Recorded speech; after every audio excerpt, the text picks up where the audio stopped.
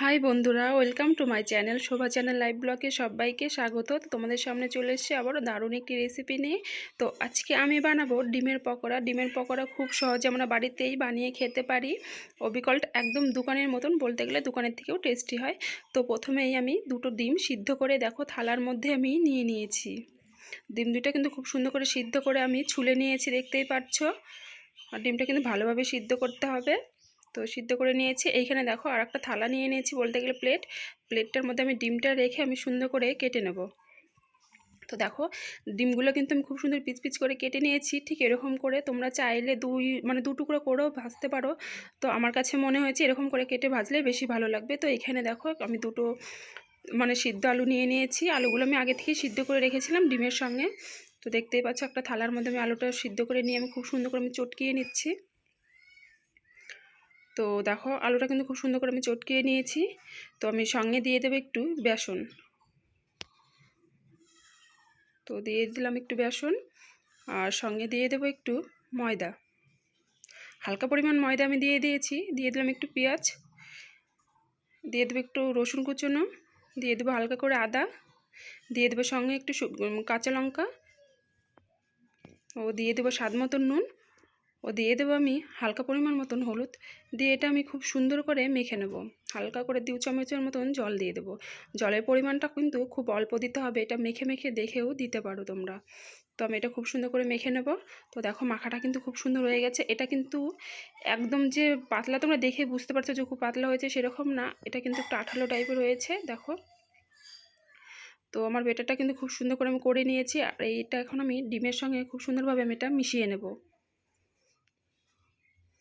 তো দেখো এরকম করে, কারণ ডিমের সঙ্গে ভরতে চায় না, বলতে গেলে পিছনটা দেখতেই পাচ্ছ, এটা খুব ধীরে ধীরে চেপে চেপে এটার সঙ্গে লাগাতে হবে, এই ডিমটার সঙ্গে। তো এটা খুব ধীরে ধীরে করতে হবে, এটা বলতে গেলে তাড়াহুড়ো করলে হবে না। তো দেখো এরকম করে আমি করে নিয়েছি। তো এরকম করে আমি সম্পূর্ণটা করে নেব। তো দেখো সম্পূর্ণটা আমি করে নিয়েছি। তো এইখানে একটা আমি বাটির মধ্যে 2 চামচের মতন আমি বেসন দিয়ে দেবো। দিয়ে দেবো স্বাদ মতন একটু আমি নুন, হালকা পরিমাণ হলুদ, আর দিয়ে দেবো একটু কালো জিরে। দিয়ে এটার মধ্যে একটু আমি হালকা করে জল দিয়ে এটা আমি খুব সুন্দর করে আমি এটা মিশিয়ে নেব, বেটারটা খুব সুন্দর করে করে নেব।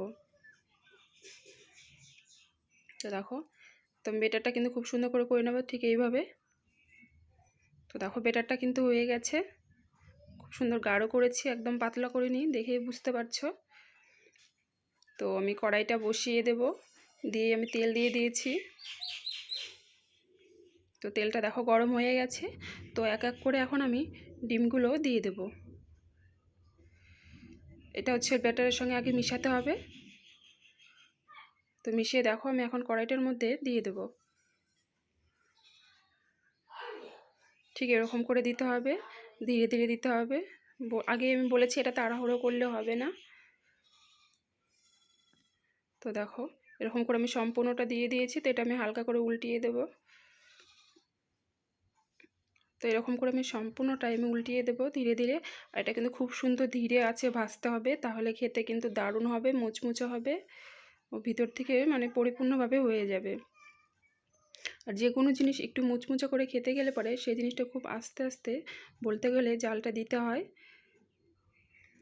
তো দেখো খুব সুন্দরভাবে ডিমটা কিন্তু হয়ে গেছে, ডিমের পকোড়াটা কিন্তু একদম লাল লাল হয়ে গেছে। আর দেখো ডিম পকোড়াটা আমি উঠিয়ে নিয়েছি, তোমরা দেখেই বুঝতে পারছো দারুণ হয়েছে কিন্তু। তো তোমরা কিন্তু বাড়িতে ট্রাই করতেই পারো, বেশি কিছু লাগে না, দেখতেই পারলে অল্প কিছুতেই হয়ে যায়। তো এটা খেতেও কিন্তু দারুণ লাগে। আর এটা কিন্তু আমি ফার্স্ট টাইম ট্রাই করে খেয়ে আমি বুঝতে পেরেছি। তো ভিডিওটা যদি ভালো লেগে থাকে লাইক কমেন্ট শেয়ার করো।